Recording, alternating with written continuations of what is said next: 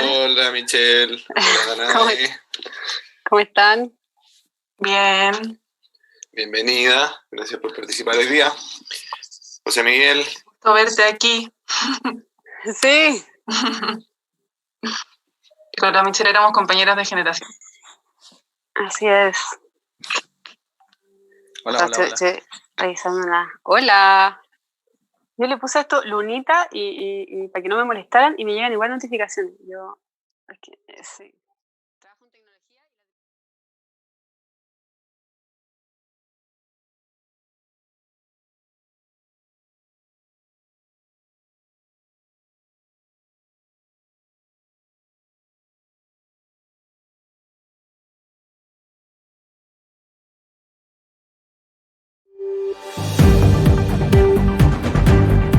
Nuestro foro de hoy de regulación y cuarentena. Nos falta nuestra otra invitada, que es María Paz Canales, pero ya va a llegar.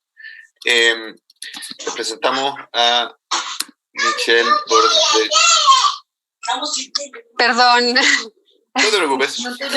Le presentamos también a la familia de Michelle. Michelle Bordachart, está bien, no sé cómo se pronuncia tu apellido, pero supongo que lo dije bien, o parecido bien. Todo está perfecto. Muchas gracias. Michelle es investigadora del Centro de Derecho Informático de la Facultad de Derecho. Va a estar hoy día con nosotros en lugar de Daniel.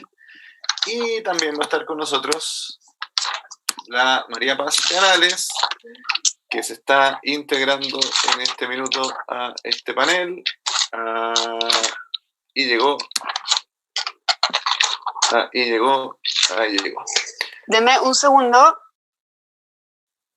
Hoy día somos panelistas mayormente mujeres. Sí, así es. Muteada, por si acaso. Sí, no, ahí me desmuteé. Hola, María Paz. Bienvenida. Hola, muchas gracias por la invitación. A Regulación y Cuarentena. Gracias a ti por aceptar nuestra invitación. María Paz es directora de Derechos Digitales para Latinoamérica. Así es, ¿no? Sí. Muy bien. Para Chile y Latinoamérica. Para Chile y Latinoamérica y el mundo. Gaviota de plata para María Paz. Bueno, tenemos una pregunta de inicio para nuestras dos panelistas.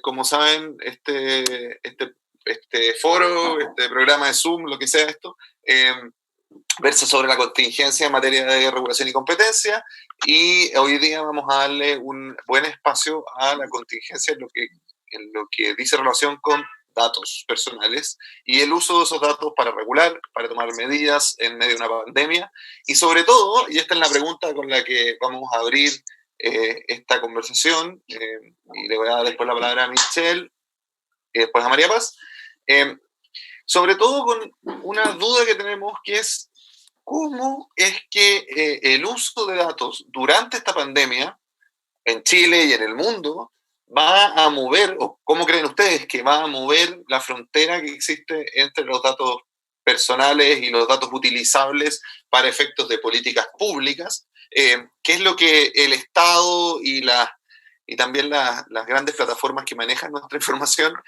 van a poder empezar a hacer desde esta pandemia y en adelante? ¿Y por qué deberíamos preocuparnos por eso? Yo personalmente estoy más preocupado que nada, así que Michelle, ¿qué nos dices tú? Bueno, a ver, ¿por dónde empezar? Porque se ha hablado tanto de esto. De partida, bueno, hay gente que dice que acá en realidad hay una discusión que es ficticia, porque no estaríamos hablando de privacidad y protección de datos en contra de la salud, porque el Estado tiene las facultades de tratar los datos en casos como el que estamos viviendo, y que por lo tanto sería una discusión que en el fondo está inventada por gente de ONG y los abogados de Google. Esa es una de las teorías que andan dando vueltas por ahí. Pero no, efectivamente la discusión no es tan ficticia, porque si bien la ley autoriza al Estado a tratar datos, en estos casos, lo que dice es información que fuera necesaria conforme a la ley 19.628, y eso es lo que dice. Entonces uno se puede preguntar, ¿qué es la información necesaria? ¿Cuánta información necesitan realmente. Porque, por ejemplo, en Corona App te preguntan qué enfermedades tuviste antes. Y yo no sé realmente por qué eso serviría para evitar contagio, porque supuestamente esa es la finalidad de Corona App. Entonces, si bien la ley autoriza al Estado a tratar datos de salud para proteger la salud de la población, no dice exactamente cuáles son los límites de esa cancha, no hace el rayado de cancha, y ese es el rayado de cancha que tenemos que hacer ahora. Y ahí está la discusión, y ahí la discusión no es ficticia, es súper real, porque puede definir efectivamente de aquí en adelante qué autorización le damos al Estado para tratar nuestros datos. Si es que vamos a ser más celosos de nuestra privacidad y decirle no, estrictamente necesario, o si efectivamente vamos a decir como, bueno, ya vamos a hacer la privacidad, porque el problema es que cuando la pandemia pase, yo no sé si esto vamos a volver atrás. Es como, el otro día escuchaba a alguien que daba el ejemplo de un impuesto a los combustibles, creo que se puso en alguna época en especial, y después, bueno, quedó ahí puesto, y yo creo que eso es lo que pasa ahora, que cuánto cuidemos el cerco y lo mantengamos donde está, porque una vez que uno va moviendo el cerco, ya lo instala y ya está. Así que yo creo que es la discusión y la gran pelea que tenemos que dar ahora. No sé si eso responde la pregunta. Sí, o sea, bueno, van a venir muchas preguntas más además, pero claro, los abogados y abogadas estamos acostumbrados a esta idea de que la temporalidad no existe. Cuando una medida regulatoria se instala, se mantiene y después tenemos que hacer arqueología jurídica para saber por qué se instaló, pero siguen existiendo las medidas. El impuesto al combustible es un buen ejemplo. El cambio de hora puede ser otro ejemplo, instalado a propósito de una crisis energética y nunca más cambiado, a pesar de todas las cartas que mandan las personas al Mercurio cada vez que cambia la hora. Ya, en este panel hay mujeres, no como en algunos diarios tradicionales, donde pareciera que no hay. Doña María Paz Canales, ¿qué opina usted de todo este asunto? Bueno, estoy de acuerdo con lo que plantea Michelle, que aquí hay un tema que es de suma relevancia para el presente y para el futuro, que la discusión no tiene nada de ficticia, sino que es súper concreta y al revés, parte como del trabajo que tenemos que hacer nosotros desde el mundo activista de las ONG, de las que hablaban, esas que le meten cupo a los abogados y a los tomadores de decisiones, es justamente tratar de ilustrar en un lenguaje que sea más accesible, pero a la vez también más concreto y menos legal a veces, muchas veces, cosa que me cuesta porque yo soy abogada, pero he tenido que aprender en este oficio, digamos, a poder encontrar otras maneras de comunicar los riesgos y las consideraciones que hay que tener, y es justamente concretizar mucho más el tema en sentido de que aquí no solamente estamos hablando del tema de afectación de la privacidad y de la protección de los datos personales, que muchas veces les suena a las personas, digamos, comunes y corrientes, que no tienen mayor familiaridad con el mundo normativo, como un daño bien en abstracto. Y aquí en esta situación de pandemia lo que es importante destacar que cuando estamos hablando de este ejercicio de proporcionalidad, si es que se pretende generar alguna limitación de los derechos de privacidad o de la protección de datos personales, no es solo esos derechos los que hay que tener en consideración, sino que otros derechos que se van a impactar fundamentalmente en su ejercicio por la posibilidad de acceder a esa información. Y ahí estamos hablando de situaciones muy importantes de discriminación que se están viviendo en el momento presente, y para eso están todos los casos que ya hemos visto a través de la prensa de situaciones de violencia y de agresión en contra de familias que se determinan como contagiadas del virus, en las situaciones que está viviendo el personal de salud, que no pueden volver con tranquilidad a sus lugares de residencia, se encuentran con carteles de las comunidades que les piden que dejen de residir ahí durante el periodo de la emergencia, etc. Esos son ejemplos bien concretos de cómo, si esta información se entrega en una forma que es desproporcionada y excesiva, tiene consecuencias bien reales en la gente, no cuestiones hipotéticas. Y otras cosas que, por ejemplo, están por determinarse que son igual de relevantes, como por ejemplo, cuáles van a ser las repercusiones de haber sido paciente de COVID o no haber sido paciente de COVID en términos de acceso a oportunidades laborales. Con toda esta discusión del carnet de sanidad, etcétera, también se puede transformar en una discriminación reversa, o sea, en el futuro van a ser más atractivos en términos de empleabilidad aquellos que ya hayan estado infectados y que tengan y hayan desarrollado una cierta inmunidad versus los que no. ¿Y qué me dicen en todo esto respecto al cálculo de las prestaciones de salud? Una cuestión que no está resuelta en este país acerca de cómo se calculan las primas y el acceso a la información. El COVID todavía es una enfermedad que no está claro, los científicos están estudiando y haciendo los análisis para ver cuáles van a ser las repercusiones en términos de los efectos a largo plazo que le dejen a los pacientes. Y por lo tanto, otra vez ahí tenemos elementos que son súper importantes en términos de cómo esa información va a tener consecuencias, tiene y va a tener aún más consecuencias para la vida real de las personas, que son mucho más allá de esta consideración que algunos puedan considerar abstracta de entrego mi información, renuncio a mi privacidad total, si ya le entrego esta información a Google y a Facebook, ¿qué más me da entregárselo al Ministerio de Salud? Es mucho más complejo que eso, y además, y ahí quizás me voy a extender mucho, pero lo dejo lanzado y quizás lo podemos detallar más. Como este es una conversación que está en el seno del Centro de Regulación y Competencia, y yo tengo mi espíritu en mi vida anterior como abogada de regulación y competencia, también trato de implementar algunas de esas consideraciones que usábamos en ese campo del derecho a este activismo en el cual me encuentro ahora. Y una de las cuestiones esenciales desde ese punto de vista, para mirar la eficacia de la regulación, es que efectivamente miremos la realidad concreta, cuál es el problema que se está buscando solucionar, y si la tecnología de la cual nos queremos valer y a la cual le queremos hacer entrega de toda esta información es realmente útil para la finalidad que estamos buscando. Porque en otro sentido no estamos arreglando ninguna falla regulatoria y no estamos interviniendo en algo que esté mal, sino que estamos creando un monstruo que no tiene justificación porque no nos va a ayudar a satisfacer la necesidad que tenemos. Y ahí es donde está el cuestionamiento que nosotros hemos hecho como derechos digitales, en particular a la aplicación que lanzó el gobierno chileno, respecto a cómo la recogida de un montón de información es excesiva en términos de lo que la aplicación es capaz de entregar como un beneficio en el combate de la pandemia.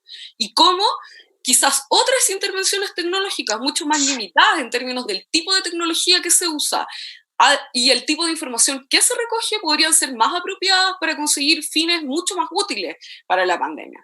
Pero eso ya es el aspecto como técnico, podemos entrar en más detalle de eso si les interesa hablarlo más, pero es uno de los análisis fundamentales, porque de otra forma caemos en un diálogo que es víctima de este tecnosolucionismo con exceso de optimismo respecto de qué tipo de soluciones la tecnología puede ofrecer en este contexto. Gracias María Paz. Sí, pues estos abogados de regulación y competencia, activistas, nada peor. Las ONG, peor todavía. Oye, tengo una pregunta Malas personas. para las dos, relacionada con la diferencia que existe. La María Paz comentó sobre los datos personales y el riesgo que significa datos personales cuando están individualizados, o sea, efectivamente son personales. Entonces, las personas pueden saber que el vecino de más allá tuvo COVID y ir a funarlo, quemarle la casa, como pasó en Vallenar, lo amenazaron, no le quemaron la casa, o tratar de sacarlo del sector o qué sé yo. Pero además hay un intento, o por lo menos se ve y no solo en Chile, sino que como en el movimiento de los estados hay un intento de obtener la big data que tienen los grandes nodos de internet, digamos, que tiene Facebook, que tiene Google, para también utilizarlas. Y de hecho Google en Chile por lo menos ha estado como liberando, entre comillas, cierta parte de esa información. Yo no sé si por buenas personas mutaron o si lo están haciendo con algún sentido estratégico. Entonces, ¿qué ven ahí? ¿Qué está pasando en esa línea entre los que tienen la información y la usan comercialmente y el Estado que quisiera usarla, no solo para la pandemia, pero digamos, es una buena excusa para intentar obtener esa información? No sé, Michelle, parte de que... Pero, ¿cuál es la pregunta exactamente? Así como, ¿me repite la pregunta? ¿Cuál es la diferencia, o si tiene que haber una diferencia de trato en términos de nuestra preocupación por la información que es personal estrictamente y aquella información que es Big Data, que está en poder de de las grandes plataformas? Ok, voy a desmenuzar la pregunta. Bueno, porque hay gente que pregunta, ¿tengo que tener más preocupación cuando el Estado trata datos o cuando los privados tratan datos? la verdad es que la preocupación es la misma. O sea, yo creo que, no sé, Google tiene más información que... Google sería como Dios en este momento. Sabe todo de nosotros. Así que yo creo que si es Estado o privado, dependiendo de la cantidad de información que maneje, yo me preocuparía igual. Después, si es un dato estadístico, donde efectivamente tú no puedes llegar a la persona, no hay tanto que preocuparse, y acá aprovecho de hacer un paréntesis para hacer una mini explicación de algo que me ha llamado la atención, porque cuando sale la comunidad científica la comunidad científica, investigadores, dicen, bueno, queremos que el Estado nos dé más datos o datos de más calidad para poder ayudar a frenar el avance de la pandemia. Hay gente que se aprovecha de eso y luego escribe columnas y dicen, necesitamos más datos. Y eso equivale a decir que la protección de datos personales y la protección de la privacidad debe ceder. Y me encantó porque vi una columna de esto que lo escribió un data broker que se dedica a tratar datos financieros. Entonces yo creo que dio una gran minita de oro en empezar a tratar datos de salud. No es lo mismo. Cuando la comunidad científica pide más datos y de más calidad al Estado, no le está pidiendo datos personales para llegar a la persona en específico con nombre y apellido. Le está pidiendo saber más información para saber y escrutinar cómo están tomando las decisiones. Por ejemplo, cuántos tests se han hecho, dónde, cuántos enfermos hay por comuna, no sé, de qué rango etario, son hombres, son mujeres, pero no le está pidiendo deme el dato específico de esa persona en particular. Cuando son datos estadísticos, la preocupación, o sea, no hay mayor preocupación. El problema es cuando uno empieza a agregarle mucho dato a esto, finalmente puedes llegar a la persona. Creo que por ahí alguna profesora me dijo, pero no tengo el estudio, pero creo que en Estados Unidos habían hecho un estudio de que con 10 datos de una persona, de cualquier persona, tú puedes llegar a la persona. Entonces, si yo digo, no sé, mujer de 30 años, rubia, fue a tal colegio, luego a tal universidad, 2 hijos, no sé, qué sé yo, ya sabes quién es esa persona, puedes llegar a saberlo. Entonces también hay que tener cuidado de cuántos datos. Y luego cuando dicen, alguien me discutió por ahí que la geolocalización podía ser anónima, entonces que en realidad qué tanto nos preocupamos de la geolocalización, yo no sé cuántas personas además de mí van todos los días de mi casa al trabajo. Probablemente sea solo yo. Entonces eso y que la geolocalización se pueda anonimizar, yo no estoy tan segura. Entonces cuando es realmente un dato estadístico,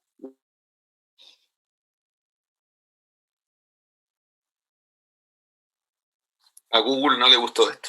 Se quedó congelada. Sí. Ya, bueno, María Paz puede continuar porque se cayó Michelle. Puedo recoger la posta, digamos, desde ahí, porque... ¿Dónde me caí? Ah, no, ahí está. Ahí volviste, ya. Termino el tiro. ¿Dónde me caí? ¿Hasta dónde llegamos? Estabas diciendo que hay que hacer una diferencia cuando el dato es estadístico. Es justo o sea, lo que no, me cuando dicho. estabas hablando de agregar la geolocalización, de que se puede anonimizar la geolocalización. Eso fue lo único. Y alcancé a dar el ejemplo de que probablemente nadie más además de mí va a dedicarse del trabajo a tu casa, solo hasta ahí llegaste. Sí. Ya, genial. Bueno, acá termino entonces. Cuando son datos estadísticos, realmente estadísticos, yo no me preocuparía, independiente si lo tiene Google o lo tiene el Estado, porque mientras no sepan que soy yo, ok. Pero el problema es que una vez que saben que soy yo, ¿qué pasa si voy, no sé, a Alcohólicos Anónimos? O a la casa de mi expololo, o a la casa de mi amante, o a carretear todos los días, o qué sé yo, puedo dar muchos ejemplos, qué sé yo, a la clínica de abortos, no sé. Entonces se empieza a complicar el panorama si es Estado o si es privado. Se me puede complicar por los dos lados. Así que eso. María. Sí, bueno, recojo, digamos, el punto que aquí lo primero que hay que hacer es una distinción, y en eso hay un problema de comunicación que suele ser frecuente entre diferentes disciplinas, que es lo primero que tenemos que resolver.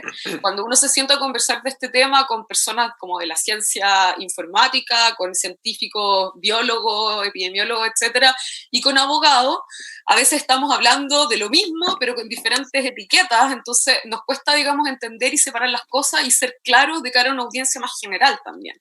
Y ahí yo creo creo que la distinción que hace Michelle es súper importante como reforzarla, porque nosotros como abogados hablamos en general de datos estadísticos como una categoría que sería súper clara para todo el mundo, pero para los científicos, por ejemplo, a veces eso genera ambigüedad porque entienden que cuando ese dato estadístico está demasiado agregado, entonces ellos no pueden obtener un valor más preciso respecto al aspecto que ellos quieren investigar. Y eso no es cierto, porque como bien lo aclaraba Michelle, lo que estamos refiriendo en el caso de datos estadísticos es que puede haber dos categorías diferentes. Pueden ser datos agregados, en que tú armas como clúster o grupos de información, en donde lo que interesa es analizar una cierta categoría, lo que ella decía, mujeres, personas que viven en un determinado ámbito geográfico, personas con una determinada ingreso socioeconómico, etc.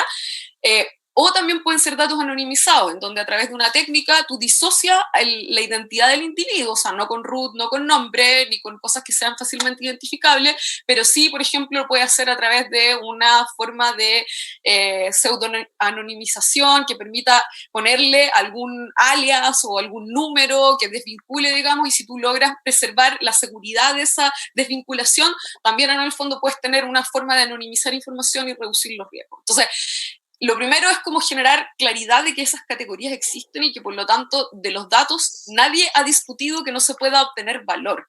El punto es de nuevo el que yo planteaba al cierre de mi intervención anterior, que es decir, ¿para cuál uso puede ser útil un determinado dato? Y en el fondo ahí hay que hacer el ejercicio, el esfuerzo concreto de decir, bueno, el dato que en realidad como epidemiólogo a mí me sirve es el dato X, y buscar cómo llegar a ese dato con la menor cantidad de información personal identificable. Y eso hay maneras de hacerlo, y cuando tú comienzas a conversar con los científicos que están haciendo estos análisis, hay formas de llegar a ese punto, pero el punto es lo que planteaba Michelle de cuál es el aprovechamiento que se está haciendo de esta discusión, que es esta como urgencia por recoger toda la información y después vemos para qué nos sirve. Y esa es como una política con la cual se ha actuado, lamentablemente no es de este momento, en este momento adquiere como un lugar más destacado en el debate público por la emergencia sanitaria, pero es una política con la cual el Estado se ha comportado consistentemente desde el pasado en muchas de sus implementaciones tecnológicas en diferentes ámbitos.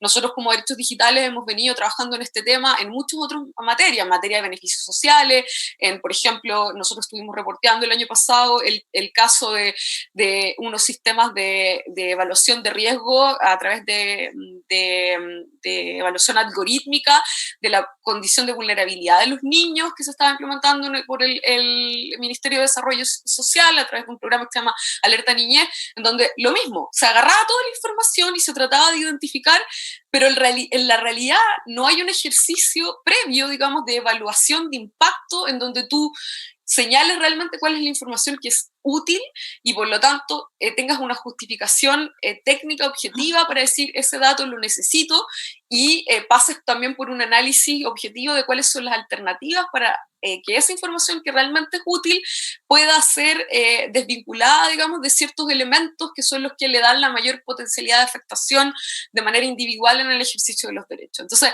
y ahí coincido con Michelle también en el punto de que esto no es una regla de si lo tiene el Estado o si lo tienen los privados, cualquiera de los dos puede generar riesgos igualmente. Ahora, lo complejo es que cuando el Estado instala estas narrativas a través de regulaciones de excepción como esto, está abriendo la puerta al data broker, digamos, como el que mencionaba Michelle, está abriendo una oportunidad para que alguien vea una oportunidad de negocio, digamos, en el tener acceso a esta información.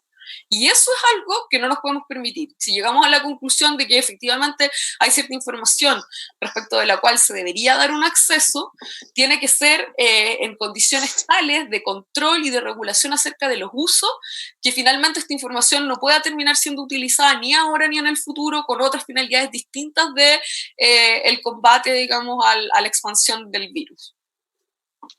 Gracias, María Paz.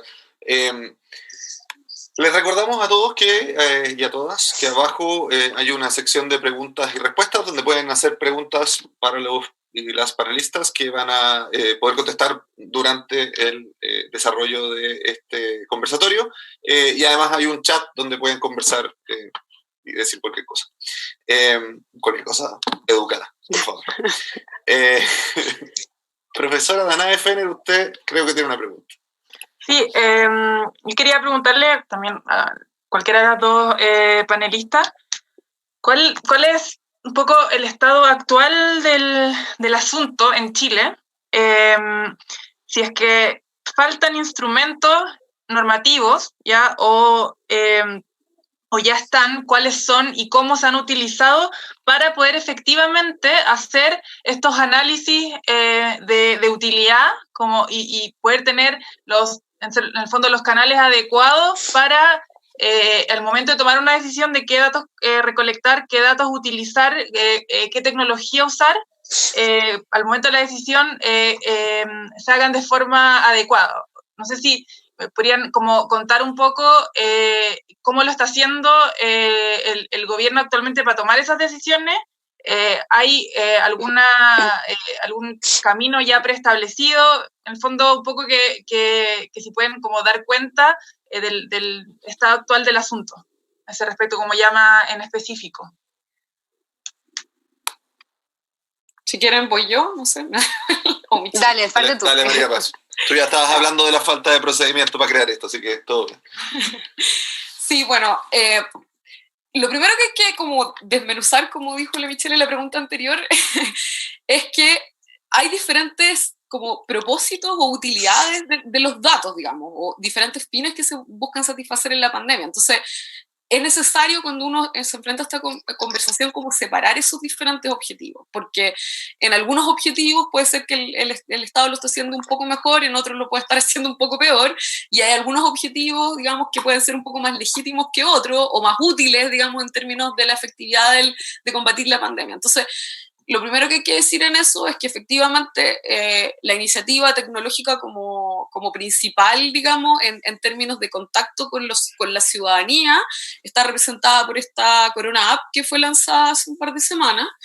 Y esa Corona App, por ejemplo, nosotros la evaluamos en función de su utilidad para el combate de la pandemia, y nos parece que es una aplicación que tiene bastante poca utilidad de partida, no es muy útil en términos de lo que entrega a la ciudadanía, y además en el fondo es desproporcionada en términos de que a tan poca utilidad genera riesgos desproporcionados de la recogida de información.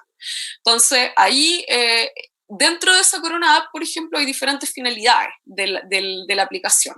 Algunas finalidades tienen que ver con entrega de información o posibilidades, digamos, de las personas de poder interactuar con información más personalizada respecto de la situación que están viviendo, y que a partir de esa información personalizada que ellos entregan, que es como su temperatura, sus síntomas, etcétera, puedan recibir recomendaciones de acciones a tomar: concurrir a un establecimiento de salud, mantenerse en casa haciendo cuarentena, etcétera.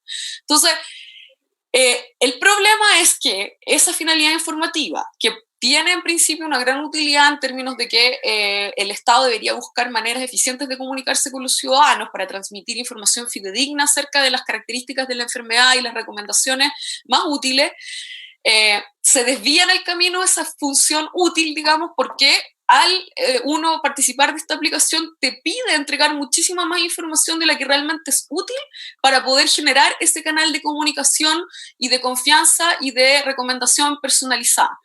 Porque para poder cumplir con ese objetivo de entregar información certera y recomendaciones adecuadas, la aplicación no tendría por qué estar pidiendo ni tu nombre, ni tu root, ni tu localización, porque nada de esas recomendaciones dependen de esos elementos. Entonces, ahí hay un problema fundamental de diseño, porque quien se sentó a elaborar esa aplicación puso, como diríamos en chileno, la carreta delante de los bueyes. Vamos recogiendo información, vamos identificando a las personas para darles después un beneficio que es así pequeño y que no depende de esa información, depende de otros factores. Entonces, ahí está mal hecho el ejercicio. Los ingenieros, no sé si comerciales o informáticos detrás del proyecto, tiendo a pensar más lo segundo que lo primero, no hicieron ese análisis de proporcionalidad, digamos, en esa recogida en función de la utilidad que pueden estar entregando. Ese es un aspecto. Y el otro aspecto ya que tiene que ver con el tema de geolocalización para el respeto de la cuarentena o el poder denunciar actos o situaciones de riesgo por aglomeraciones, etcétera, o eventos inadecuados, ya se desborda completamente, porque resulta que genera una necesidad de recoger información de localización. La localización en este caso es medida a través del uso del GPS de los teléfonos, y la manera en que está diseñada la información que se recaba permite, digamos, un uso completamente abusivo de esa información. Cualquiera, digamos, podría estar usando como deporte, digamos, denunciar a los vecinos. Todo eso puede generar una situación de congestión y de errónea destino de recursos de fiscalización que ya es problemático. Pero además, la tecnología de GPS, técnicamente, estudios internacionales científicos, no de abogados como yo, sino que de técnicos, muestran que la data de GPS, al igual que la data de geolocalización entregada por las antenas celulares, tiene una variabilidad en su precisión que puede ir de 5 a 500 metros. Por lo tanto, una tecnología como esa es bien poco apta para controlar riesgos de contacto de una enfermedad que se transmite a 1 o 2 metros de distancia, con esa ambigüedad. Además de tener el problema de que estas dos tecnologías de geolocalización dependen altamente de la calidad de la conexión, porque a todos nos ha pasado que usando el mapa de Google Maps nos hemos perdido y nos ha mandado por otro lado porque no tuvimos acceso a la señal, etc. Entonces, confiar todo eso a una aplicación que descansa en una tecnología que es poco exacta implica que tú estás entregando tu información muy valiosa acerca de tu localización, como decía Michelle, que te hace única en términos de tus hábitos personales, que están protegidos por la regulación vigente en Chile, a cambio de nada, porque la utilidad en ese sentido de la aplicación que entrega el Estado es cero. Eso. Yo voy a hacer una pequeña intervención. Yo voy a ser la abogada fome. María Paz fue la entretenida, que no tiene ejemplos prácticos, yo voy a ser la fome. Desde el punto de vista legal, sí, está regulado. La Constitución dice que los datos personales solamente se pueden tratar en los casos y condiciones establecidas en la ley. Por su parte, tenemos la ley 19.628, que era datos personales, que dice que solamente se pueden tratar los datos con consentimiento de la ley. Tengo que buscar una ley, busco una ley, encuentro una ley, la de ficha clínica tiene un reglamento y ese reglamento hace referencia a el DFL1 de salud y al Código Sanitario. Y si vamos al Código Sanitario y al DFL1, vamos a ver que el Ministerio de Salud, dentro del ámbito de sus competencias, puede tratar datos de salud con el fin de proteger la población. Entonces uno dice como, ¿está regulado? Sí, está regulado. ¿Está tan regulado? ¿Qué datos? Porque la ley no me dice qué datos, no me dice la definición de qué entiendo por proteger la salud de la población, como hasta dónde puedo llegar con eso. Entonces, ahí la respuesta no la da la ley, y es ahí donde estamos dando la pelea. Ahora, hay respuestas que sí da la ley, por ejemplo, que dice que solo el Ministerio de Salud y sus organismos, la autoridad sanitaria, pueden tener acceso a estos datos, y eso nos ha servido para ponerle un parele a municipalidades, alcaldes que están muertos locos con los datos de salud, a empresas privadas, que mucha empresa privada, fíjense el link, escribiéndole al ministerio, a gobierno digital, como, oiga, nosotros tenemos la solución, hicimos un súper mega programa, si usted nos da los datos de salud, listo. Está el chico de Fintual que escribió una columna de Mercurio y dijo, en 14 días, si tuviéramos todos los datos, la epidemia terminaría, en teoría. Pero dado que eso es en teoría, entonces necesitamos que nos den todos los datos. Después vemos el tema de la privacidad, secundario. Ahora necesitamos que nos entreguen los datos, y dice textual, que entreguen los datos a organizaciones y la comunidad civil, algo así. Era como, básicamente, como publique los datos en internet, chao. Después vemos qué pasa con la privacidad. Y yo le dije como, oye, ¿qué onda? Pero esta teoría no, en China tienen todos los datos y en 14 días no han logrado acabar con la pandemia. Y dijo, bueno, sí, es que eran teoría. Y yo como, no, tú estás pidiendo que votemos garantías fundamentales y pasemos máquina por arriba. Bueno, y por último, en cuanto al tema exclusivamente legal, también he visto otra confusión respecto al estado de excepción constitucional. Hay gente que dice que en este estado de excepción constitucional que han declarado el de catástrofe, sí existiría una autorización del legislador para poner en pausa este derecho a la protección de la vida privada y la protección de datos personales, pero no. Si uno va a la Constitución y uno lee la Constitución, se va a dar cuenta que no está este derecho, el del 19 número 4, no está dentro de los derechos que se pueden limitar. Sí está el de locomoción, movilización, soy mala para las palabras exactas, pésimo abogado, pero no es. Entonces sí, la ley, no regula en detalle, pero sí nos da ciertas pautas que nos han servido para ponerle un poquito de un parelé. El problema, y acá termino, es que nuestra ley de protección de datos, las sanciones es como nada, como 500 lucas, ya, 2 palos. Entonces al final te sale mucho más negocio tratar datos que no hacerlo, y ese es el gran problema, que las sanciones son muy bajas y que no tenemos una autoridad que fiscalice. Entonces sí, hay ley, nos da ciertas pautas, no todas, pero no cumplirla no sale tan caro. Así que eso. Yo solo esa vieja... perdón, María. Sí, no, pero si no, dale. Es que solo quería agregar un último punto que sobre la pregunta original que tenía Danae, que en ese sentido igual hay que reconocer que el Ministerio de Salud ha mantenido una posición correcta en términos de no entregar los datos. Efectivamente, ellos han mantenido, digamos, el control de los datos y por ejemplo, hay grupos que están trabajando con el Ministerio de Ciencia, que tienen acceso a información, pero hasta ahora, digamos, el manejo de los datos ha sido adecuado en términos de resguardar la privacidad. Ahora, puede ser que efectivamente hayan otras posibilidades de hacer otros usos de datos que no se han explorado, pero porque en el fondo, de nuevo, la energía está puesta en el lugar equivocado, está puesta en la discusión de entréguenme todos los datos y no en la discusión de cuáles son los datos realmente útiles. Como decía Michelle, es como, no me venga a decir que si usted tuviera eventualmente los datos podría inventar el sistema maravilloso.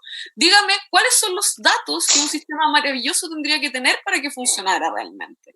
Y ahí, en el fondo, podemos tener esta conversación y eventualmente esto es algo que yo entiendo que Michelle ha escrito, nosotros escribimos también y varios expertos más en temas de protección de datos personales han escrito. Si hubiera una propuesta razonable de algún sistema que requiriera efectivamente hacer algunas modificaciones en un régimen de excepción, eso es algo que eventualmente podría estar sobre la mesa, pero de nuevo, no pongamos la carreta delante de los bueyes.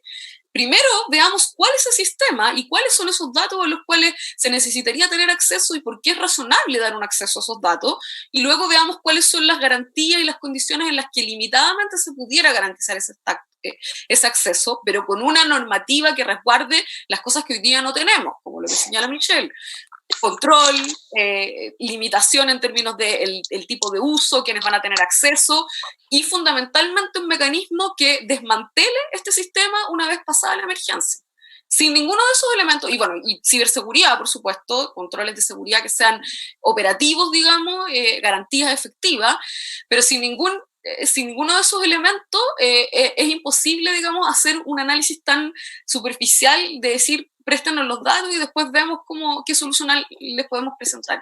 Y el ejemplo de que por qué no lo han hecho en China o en otro lugar es súper paradigmático, porque efectivamente eso es cierto. Y también está vinculado con la discusión de las limitaciones que tiene la tecnología para poder ser un elemento de combate de la pandemia. La tecnología puede hacer una contribución, el uso de los datos puede hacer una contribución, pero solamente es una pieza menor dentro de una estrategia más amplia frente a la pandemia.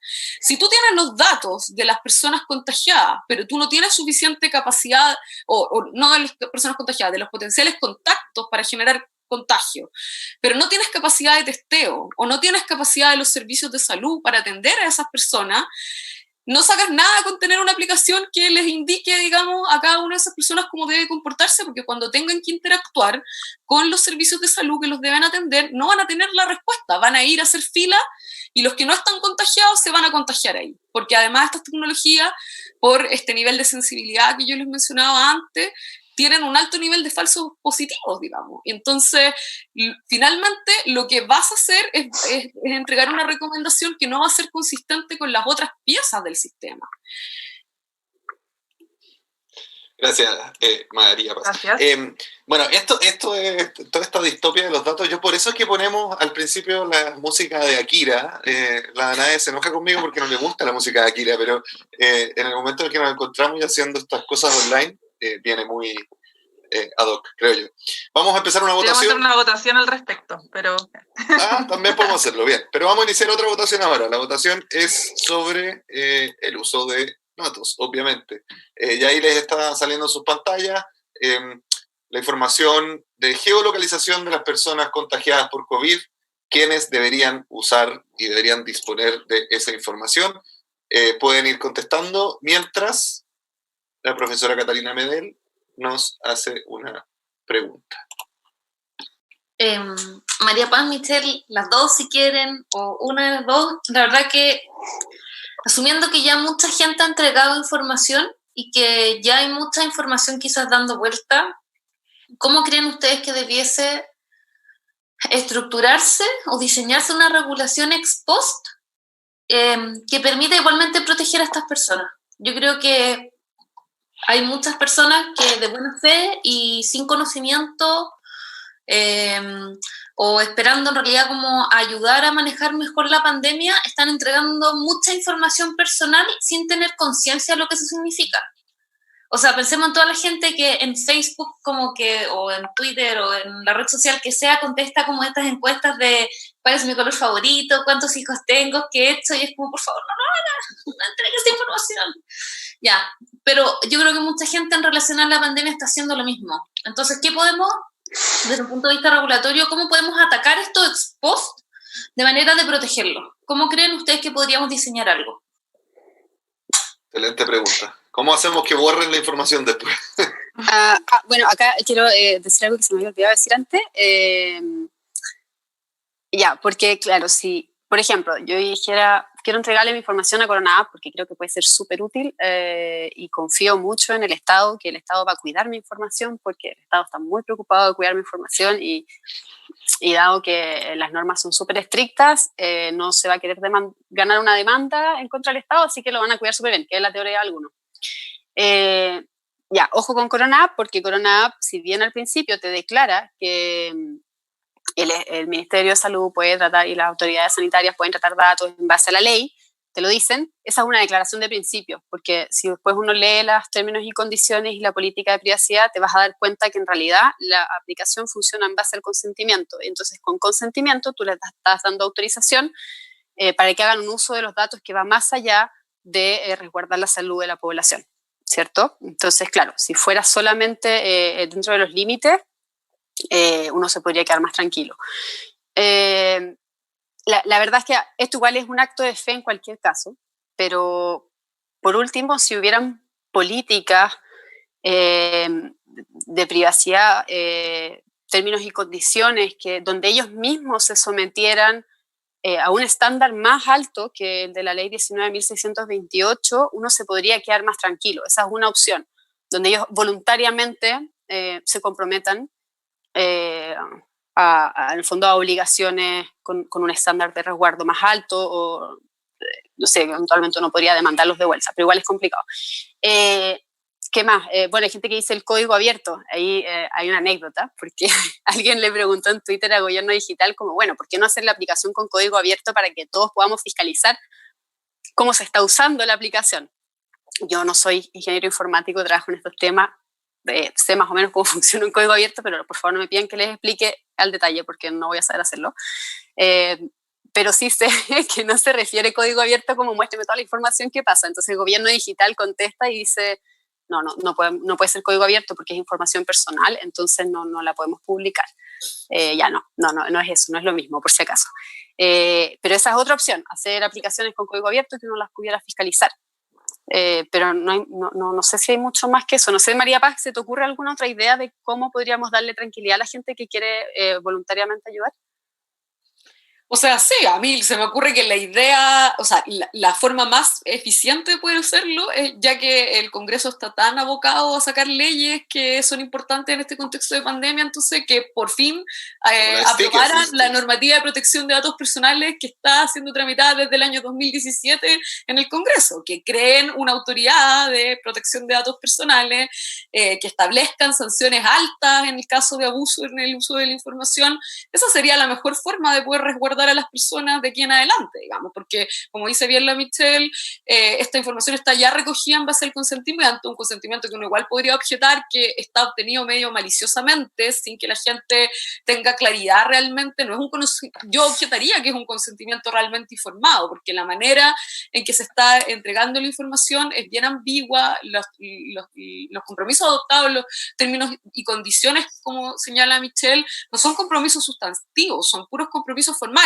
Se dice, bueno, respecto a la seguridad, el Ministerio tiene políticas de seguridad genérica, respecto del tiempo de preservación, por el tiempo que sea necesario, de ahí el tiempo, o sea, la manera en que se van a determinar usos secundarios también es ambigua. Entonces, no hay ninguno de los requisitos que tengan cumplimiento respecto a la calidad con que el consentimiento debe ser entregado por las personas. Y por lo tanto, si tuviéramos una normativa que actualice, digamos, la regulación al respecto, con una autoridad que tuviera la capacidad de fiscalizar, por lo menos habría una posibilidad de que las gentes hacia el futuro pudieran cuestionar, digamos, usos que se hagan de esta información que sean inapropiados y sancionarlos ejemplarmente, para que, digamos, a nadie le queden ganas de poder hacer estas malas utilizaciones hacia el futuro.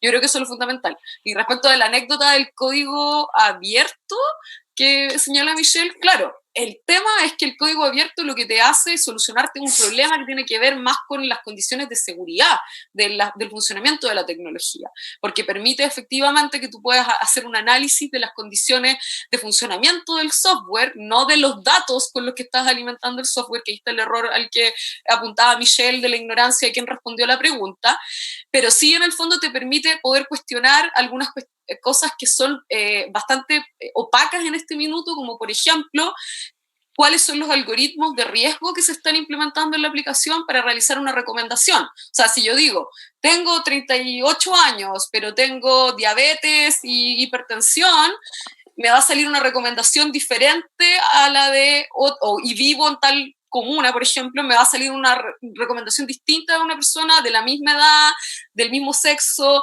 que vive en otra comuna. Tiene que haber transparencia en eso también, porque si no, ¿cómo podemos fiscalizar que efectivamente esa aplicación que se está usando de alguna manera indirecta para después generar asignación de recursos en términos de capacidades de testeo, de servicios de salud, realmente se está haciendo con un criterio que es un criterio que responde a principios democráticos también, a equidad, a no discriminación, etcétera?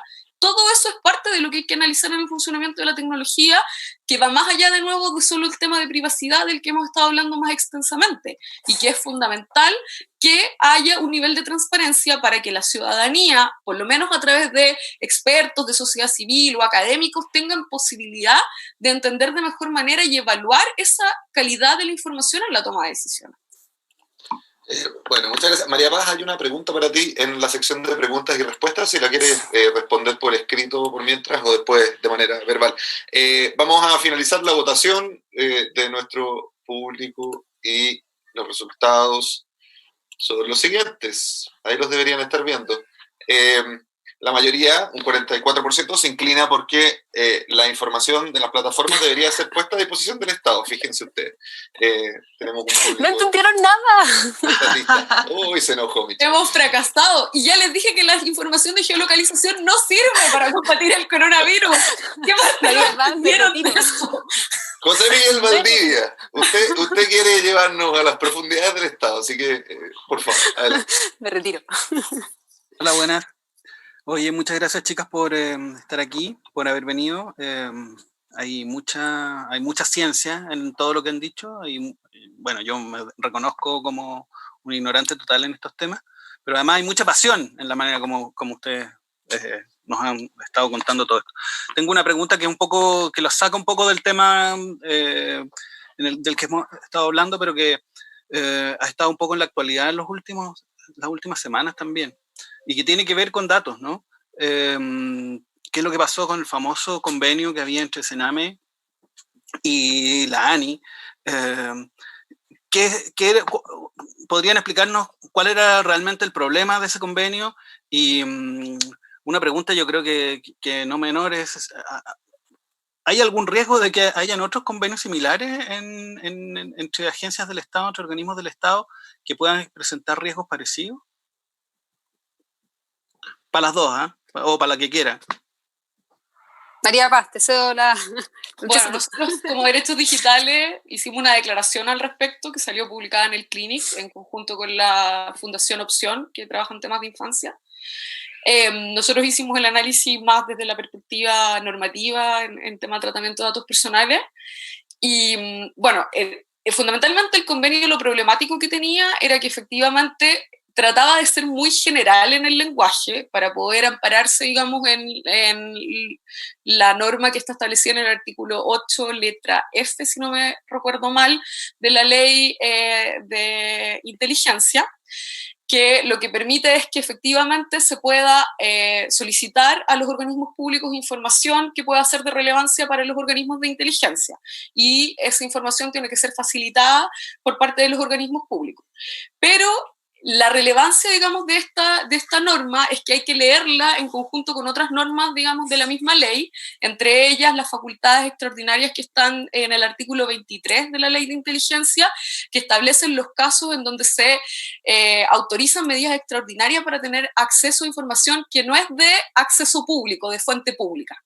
Y por lo tanto, para uno entender cuáles son las limitaciones que tiene el artículo 8F en cuanto a la información que los servicios de inteligencia le pueden solicitar a otros órganos del Estado, hay que leerlo en función de eso, porque lo que está diciendo en el fondo la norma del artículo 23 a contrario sensu es que informaciones que no tengan esa característica de informaciones de fuente de acceso público, tienen que pasar por el procedimiento que está establecido en la ley, que implica una solicitud a un juez de corte de apelaciones de la jurisdicción para que autorice esas medidas extraordinarias de acceso, ¿ya?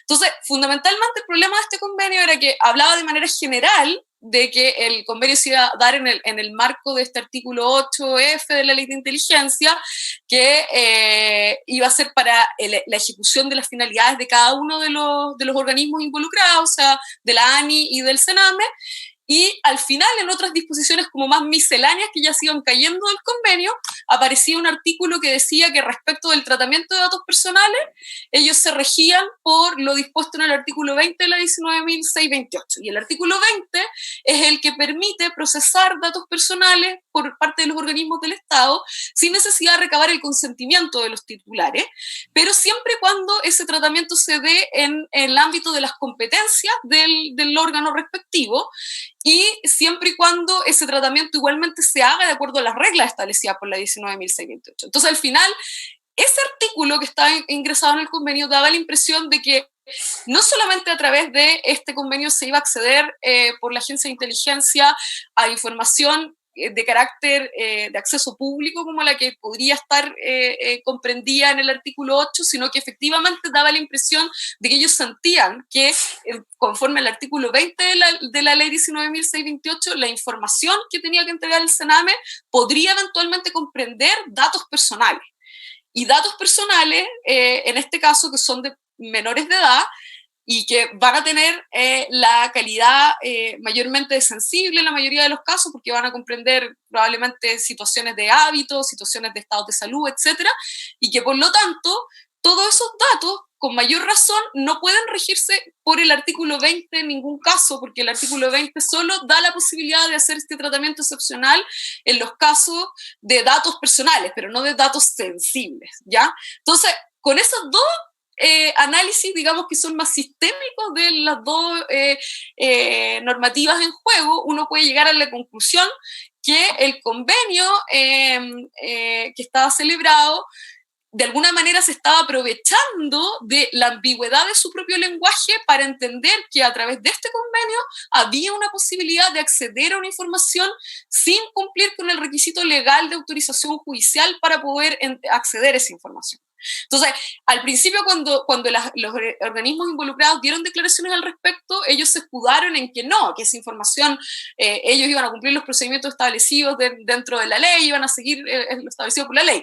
Pero si hubiese sido así, no habría habido ninguna necesidad de que incluyeran ese artículo del convenio que hacía una referencia al artículo 20 del 19.628. Entonces, ahí se probaba efectivamente que a través de ese convenio ellos estaban buscando tener un acceso irregular, digamos, de información que está sometida a otro tipo de exigencias legales. Y a la última pregunta esta de si esto puede estar pasando en otros lugares, totalmente sí. Mi respuesta es sí, y mi respuesta es que lamentablemente en esto lo que vemos es que dentro del Estado hay mucha...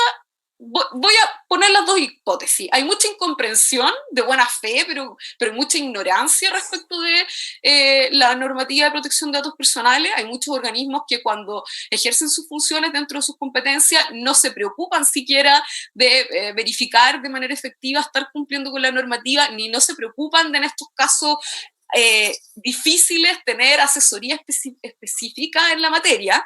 Es muy triste la situación de que habiendo un órgano que tiene un grado de competencia en estas materias respecto a los órganos públicos, como es el Consejo para la Transparencia, regularmente los otros órganos del Estado no le consultan al Consejo para la Transparencia en este tipo de casos, en donde si por lo menos tomaran esa medida de precaución sería útil para poder generar un mecanismo de control adicional.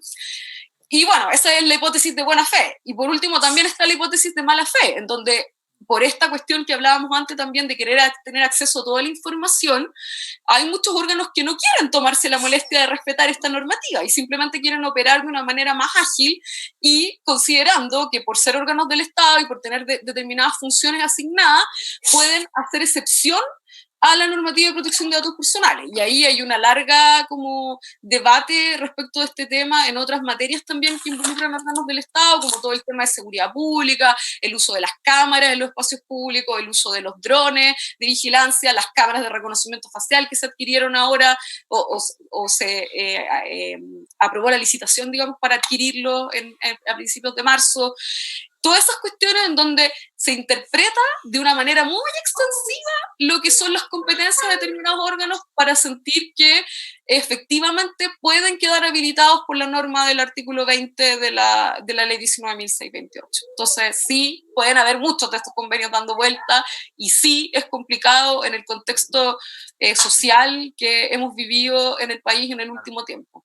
Sí, y ahí una pequeña acotación, en Twitter vi algo que me dio risa porque decía, bueno, esto además es un convenio súper discriminatorio porque nadie le iba a pedir a los colegios ABC1 información de los chicos que estudian ahí porque el día de mañana probablemente van a ser las personas que se van a coludir en las grandes empresas, porque es súper bajo la sospecha, ¿no? Sí, me dio risa ese comentario de Twitter. Lo otro sí puede estar pasando y el problema es que para eso necesitamos una autoría. Ahora yo discrepo con María Paz y acá yo creo que solo discrepamos en este punto. Yo no aceleraría la ley actual porque van a terminar sacando un mamarracho. La ley actual viene con unas pifias más o menos, por ejemplo, que autorizan a tratar datos de salud sin consentimiento subtitular para investigaciones científicas, para productos, para desarrollo de productos o insumos médicos. O sea, yo podría decir como, quiero hacer un algodón, pero necesito saber cómo funciona este algodón. Vengan las fichas clínicas, porque la ley no distingue. En Europa eso es mucho más acotado, tiene que ser en interés público, de acuerdo a la normativa de los países miembros, no te permite saltarte el consentimiento. Hay gente que lo lee así, pero no, porque dice de acuerdo a la normativa existente. Entonces, si aceleramos la ley actual, vamos a acelerar con unos mamarrachos más o menos. Después Alaman dijo como, pero está regio que me pidan datos para hacerme promociones, pero no, porque al final los que queremos pagar el producto terminamos pagando más caro cuando no queremos entregar el dato, porque no es que te hagan un descuento, te cobran más caro por no entregar tu dato. Entonces, vamos a terminar sacando cualquier cosa. Yo lo que haría sería sacar una ley corta, en el fondo acelerar el tema sí de la autoridad, porque eso es lo que necesitamos para evitar este tipo de convenios, ¿no? Dejar súper cuadrado y regulado el tema del tratamiento de datos que puede hacer el Estado. Y ahí alguien preguntaba si es que el recurso de protección es como la medida más efectiva. Bueno, yo creo que actualmente sí, porque hacerlo por civil te va a salir muy caro, no vaya a lograr nada, la multa va a ser como de nada. Indemnización de perjuicios, difícil probarlo, ¿no? Pero el problema que tenemos en tribunales es que yo he visto una sentencia, o sea, francamente los jueces no cachan nada de datos, o sea, es muy raro que sepan de datos y terminan unas teorías así loquísimas de lo que es el derecho de protección de datos personales. Entonces sí, es como la medida más rápida, más eficiente y todo, pero de ahí a que te toque justo el juez que sepa y que no vaya a decir cualquier brutalidad, es complicado. Por eso, que venga la autoridad, que pase la autoridad, eso. Oye, bueno, eso responde a una de las preguntas que teníamos acá, que habían hecho, Yo bueno... veo la otra, ¿cuál era la que era para mí? Que no la veo. Si creen que el proyecto de protección de datos que está en tramitación en el Congreso es un buen proyecto, claramente Michelle no lo cree, pero hay otra pregunta que a mí me parece súper interesante que está en el chat.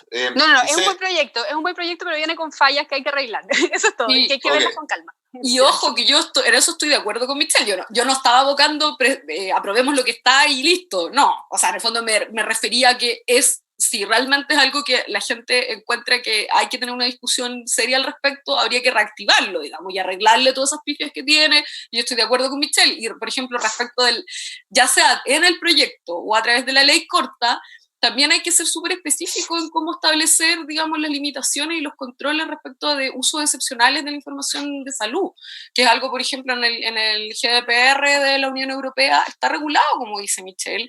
Está regulado no porque hayan sacado la ley ahora, está en el reglamento de forma preestablecida, justamente porque lo ideal es tener una regla permanente que te diga cómo actuar en situaciones de emergencia, no estar legislando a la rápida cada vez que tienes una situación de emergencia. Pero en este caso, que ya no fue, que ya no tuvimos una regla y no tenemos un GDPR chileno para poder darnos una guía de cómo actuar en este minuto, sí es importante como tener alguna discusión sensible al respecto y tenerla no solo para ahora, sino que en el largo plazo. Oye, quiero agregar una cosa, les voy a hacer una pregunta que está en el chat, pero quiero agregar una cosa sobre algo que dijo Michelle de los datos para las promociones y lo errado que está el senador Alamán cuando dice, bueno, yo doy mis datos para que me hagan promociones, porque finalmente esa información que uno le entrega al supermercado, a la farmacia, etcétera, sirve para saber la disposición de pago de cada persona. Y por lo tanto sirve para cobrarnos a cada uno el máximo posible que estemos dispuestos a pagar. Lo que al final significa que los márgenes de esas empresas aumentan y los márgenes de uno como consumidor disminuyen al mínimo posible. Y les voy a recomendar un libro que no se trata sobre esto, pero se trata sobre la concentración de empresas y cómo han ido aumentando los márgenes de las mismas en Estados Unidos en los últimos 20 años, que se llama The Great Reversal, de Tomás Philippon. Es un libro que habla de cómo en Estados Unidos se perdió el libre mercado a propósito de la concentración, y eso yo sé que es un tema que nos interesa mucho a todos los que estamos acá. Pregunta del público, esta pregunta me encantó, la hace Juan Pablo Iglesias, dice, mientras no exista una agencia de protección de datos, ¿es el recurso de protección el mecanismo judicial idóneo para tutelar la protección de datos? Por otro lado, ¿ha sido efectiva la acción especial de amparo de la ley 19.628? Pero eso es lo que la Michelle recién había contestado. O sea, contesté lo primero. Lo primero, lo del amparo no lo contesté. María Paz, eso es la palabra.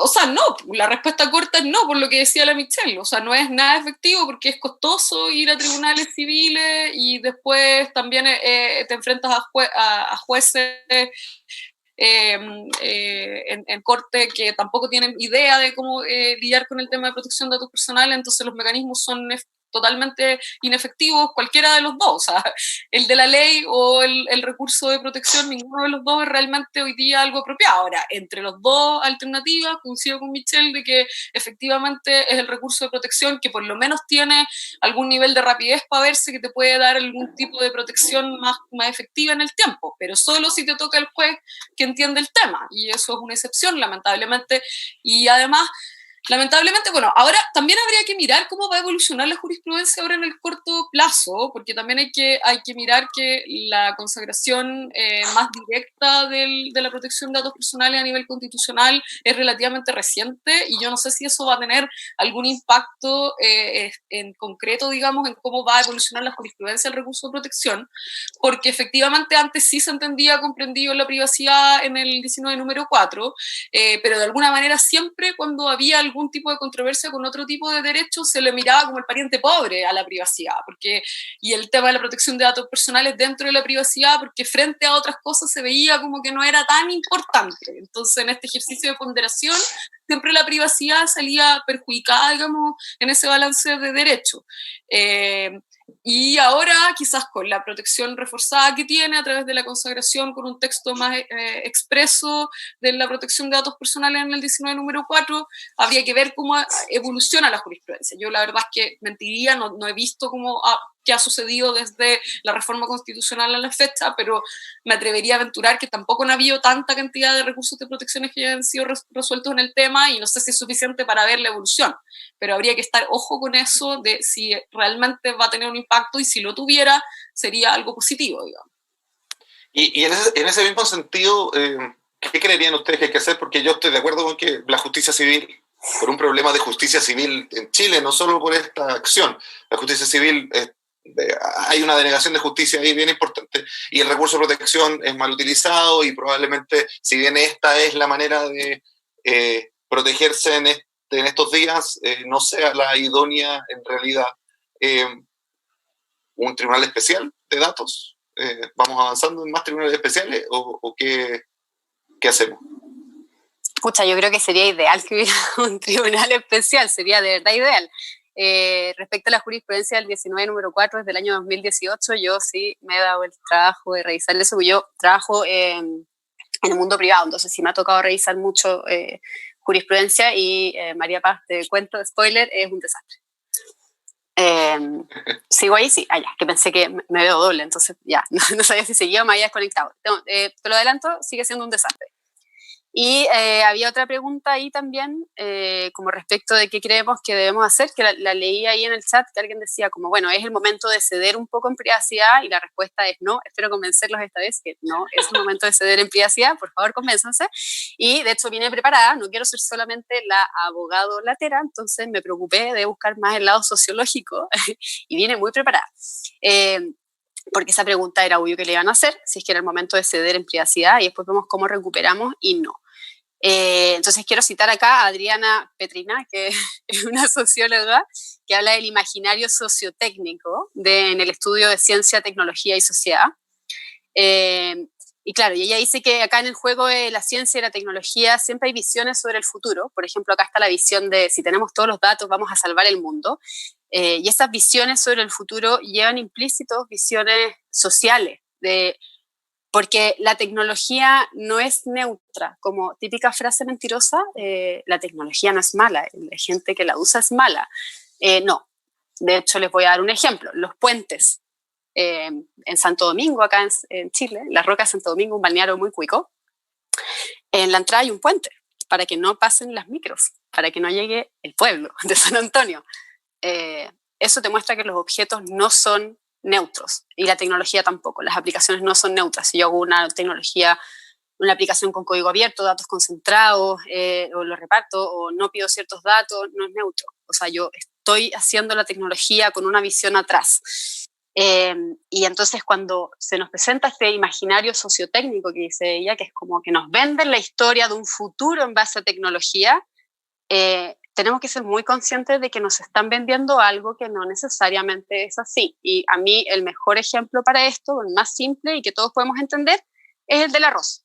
Cuando salió el tema del arroz genéticamente modificado y las ONG que estaban en contra de la modificación genética se opusieron, bueno, los científicos decían, si nosotros logramos sacar el arroz genéticamente modificado, vamos a salvar el hambre del mundo. No van a haber más niños en África muriendo de hambre. Bueno, seguimos ahí. Ya tenemos arroz genéticamente modificado, se come eso y los niños en África siguen con hambre. Lo mismo tecnología, si avanzamos, se va a acabar la brecha digital y vamos a ser todos iguales y van a mejorar las oportunidades. Y lo que hemos visto desde que tenemos internet es que al contrario, la brecha solo ha ido creciendo. Entonces, si alguien se está haciendo la pregunta, ¿tenemos que ceder en privacidad? Si se está haciendo la pregunta es porque me tinca que alguien lo convenció de que si cedemos en privacidad vamos a salvar el mundo. No, eso es un imaginario sociotécnico. Eso es un imaginario, una cosa que se imaginaron que iba a pasar, pero nada lo prueba. Y entonces yo solamente cedería en privacidad cuando me prueben que ceder en privacidad va a servir de algo, pero si es como para que cachemos, el riesgo es muy alto. Eso. Es el mismo, eso es el principio precautorio en materia de medio ambiente. Sí. Si tienes la duda, frente a la duda no vas a esperar, digamos, que toda una comunidad termine siendo afectada. Hay una duda razonable, tenés que, al revés, o sea, exigirle la prueba de que el que te está ofreciendo el proyecto, y en este caso el que te está ofreciendo la tecnología, te tiene que demostrar efectivamente cuáles son los beneficios comprobables de eso. No, en el fondo, echar a andar y ver si después limpiamos lo que se rompa, digamos. No es ese el principio en el que hay que funcionar. Y ahí, en el fondo, lo que Michelle compartía, digamos, es esta visión también tecnosolucionista que, de nuevo, no es algo que sea una novedad de la situación de pandemia.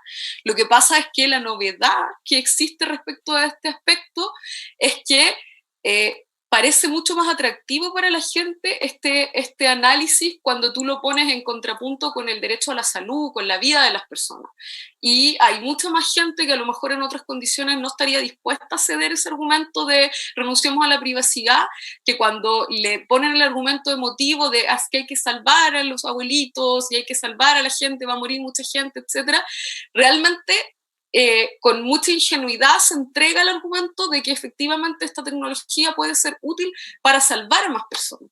Pero esas son dicotomías falsas, de la misma manera en que antes se han instalado dicotomías falsas en términos de seguridad pública y vigilancia, montones de otros ejemplos que han existido en el pasado, crecimiento económico versus protección del medio ambiente, protección de los consumidores versus competencia, etc. Entonces, esos son falsos dilemas, y todos esos campos que yo he mencionado son buenos ejemplos de cómo sí es posible establecer regulación que sea suficientemente sensible para balancear los intereses en juego sin que eso signifique una renuncia completa a uno de los intereses, sino que buscar este ejercicio de proporcionalidad, como decía Michelle, como yo lo apuntaba antes, respecto de primero pensar qué es lo realmente útil y en función de eso evaluar si es necesario incorporar algún tipo de excepción, pero no al revés.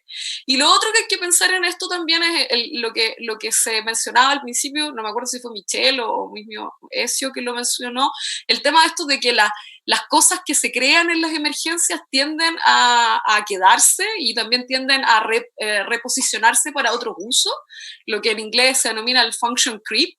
Y ahí hay súper buenos ejemplos, por ejemplo, en términos de uso de tecnología con finalidades de vigilancia, cuando fue todo el tema del atentado a las Torres Gemelas y el desarrollo de sistemas de vigilancia para hacer contraterrorismo, etcétera. Al final del día, muchísimas de las reglas excepcionales que se aprobaron en ese momento en Estados Unidos han permitido verdaderos aparatos de espionaje en la época que tuvimos conocimiento recién con las revelaciones de Snowden, etcétera, que nunca han demostrado que hayan sido utilizados para ningún fin que realmente sea legítimo y útil en el combate de lo que se suponía que iban a combatir esas medidas. Y sin embargo se han quedado a través de estas regulaciones excepcionales y han permitido poner en riesgo muchas veces a las sociedades, particularmente a los grupos más vulnerables.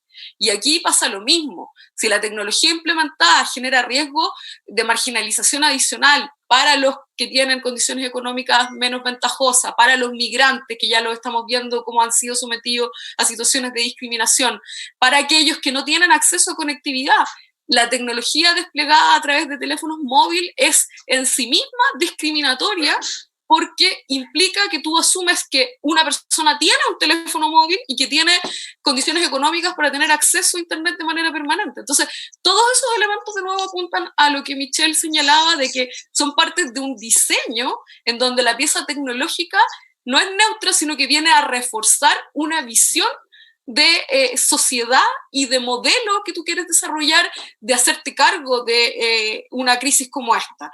Y en el fondo lo que debiera movernos una crisis como esta es a un principio mucho mayor de solidaridad, que es lo que vemos que nos falta hoy en día cuando vemos que hay gente que no tiene maneras de subsistir, cuando no hay cobertura de salud universal para las personas. Ese principio de la solidaridad es el que debiera movernos, y no el principio de sálvese quien pueda que está detrás de esta tecnología, que es apuntar al individualismo, de decir, marco con el dedo aquel que puede ser peligroso y lo aíslo y lo trato de identificar, pero no estoy mirando cómo el sistema le tiene que proveer una solución a esa situación y asegurar los medios de tener una cobertura adecuada.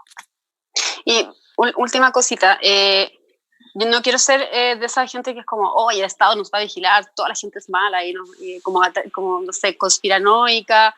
Para nada, yo ni siquiera podría decir que yo creo que el Estado nos quiere vigilar, puede que sí, puede que no. Yo creo que es un término de condiciones y políticas de privacidad que fueron redactadas bajo una lógica como de costumbre de los abogados de trabajar con empresas privadas que necesitan efectivamente, no sé, supongo, intuyo, que efectivamente necesitan tratar datos, pero cuando la gente pregunta, ¿es el momento de ceder en privacidad? Yo creo que no, pero si vamos a decidir ceder en privacidad, bueno, pidamos algo a cambio, pidamos términos y condiciones y políticas de privacidad que nos den tranquilidad, que efectivamente el sacrificio que nosotros vamos a hacer, para los que quieran hacerlo, se justifica y va a valer la pena y no va a ser mal utilizado. Entonces,